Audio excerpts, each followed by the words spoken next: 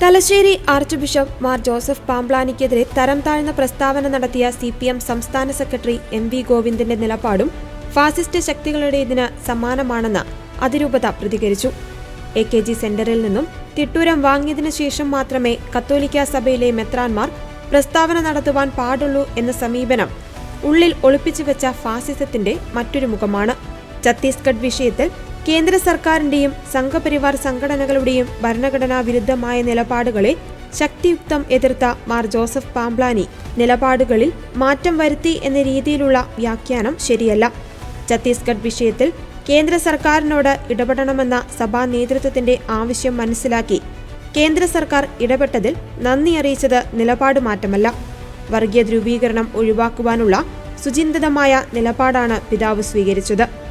ന്യൂനപക്ഷങ്ങൾക്കെതിരെ സർക്കാർ സംവിധാനങ്ങൾ എടുക്കുന്ന ഏതൊരു നിലപാടിനെയും എക്കാലവും എതിർത്തിട്ടുള്ള വ്യക്തിയാണ് മാർ ജോസഫ് പാംബ്ലാനി പിതാവ്.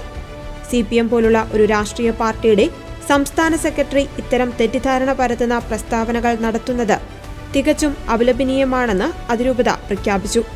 യുവജന സംഘടനകളുടെ ചില നേതാക്കൾ വില കുറഞ്ഞ പ്രശസ്തിക്കു വേണ്ടി നടത്തിയ പ്രസ്താവനകളെ അതിരൂപത അവഗണിച്ചതായിരുന്നു. എന്നാൽ പാർട്ടിയുടെ സമുന്നത നേതാവ് തന്നെ ഇതിന് കുടപിടിക്കുന്നത് തികച്ചും അപലപനീയമാണ്. അവസരവാദമെന്നത് ആപ്തവാക്യമായി സ്വീകരിച്ചത് പാർട്ടി സെക്രട്ടറി തന്നെയാണെന്ന് അദ്ദേഹത്തിന്റെ പ്രസ്താവനകളെ നിരീക്ഷിക്കുന്നവർക്ക് മനസ്സിലാവും. ഏതെങ്കിലും പ്രസ്താവനയിൽ ഒരാഴ്ചയെങ്കിലും ഉറച്ചുനിന്ന ചരിത്രം ഗോവിന്ദൻ മാഷിന് ഇല്ല എന്നതിന് മലയാളികൾ സാക്ഷികളാണ്. സ്വന്തം പാർട്ടി നേതാക്കളെയും മുഖ്യമന്ത്രിയെ തന്നെയും വെട്ടിലാക്കുന്ന എത്രയോ പ്രസ്താവനകൾ ഇദ്ദേഹത്തിന്റെ അവസരവാദത്തിന് സാക്ഷ്യങ്ങളായി മലയാളികൾക്ക് മുമ്പിലുണ്ട്. ഛത്തീസ്ഗഡ് വിഷയത്തിൽ കേന്ദ്ര സർക്കാരിന്റെ സത്വര ഇടപെടൽ ആവശ്യപ്പെട്ടുകൊണ്ട് മുഖ്യമന്ത്രി കത്തെഴുതിയതിന് പാംബ്ലാനി പിതാവ് പ്രശംസിച്ചിരുന്നു. ഇതിനെയാണോ ഗോവിന്ദൻ മാഷ് അവസരവാദമായി ചിത്രീകരിച്ചത്? ഈ വിഷയത്തിൽ കോൺഗ്രസിന്റെ സംസ്ഥാന ദേശീയ നേതൃത്വങ്ങൾ നടത്തിയ ഇടപെടലിനെയും പിതാവ് പ്രശംസിച്ചിരുന്നു. ജോൺ ബ്രിട്ടാസ് MP ഉൾപ്പെടെയുള്ള ഇടത് നേതാക്കൾ പാർലമെന്റിൽ നടത്തിയ ഇടപെടലിനെയും പിതാവ് പ്രശംസിച്ചിരുന്നു. ഇതൊക്കെ അവസരവാദമെന്നാണോ ഗോവിന്ദൻ മാഷ് ഉദ്ദേശിക്കുന്നത്?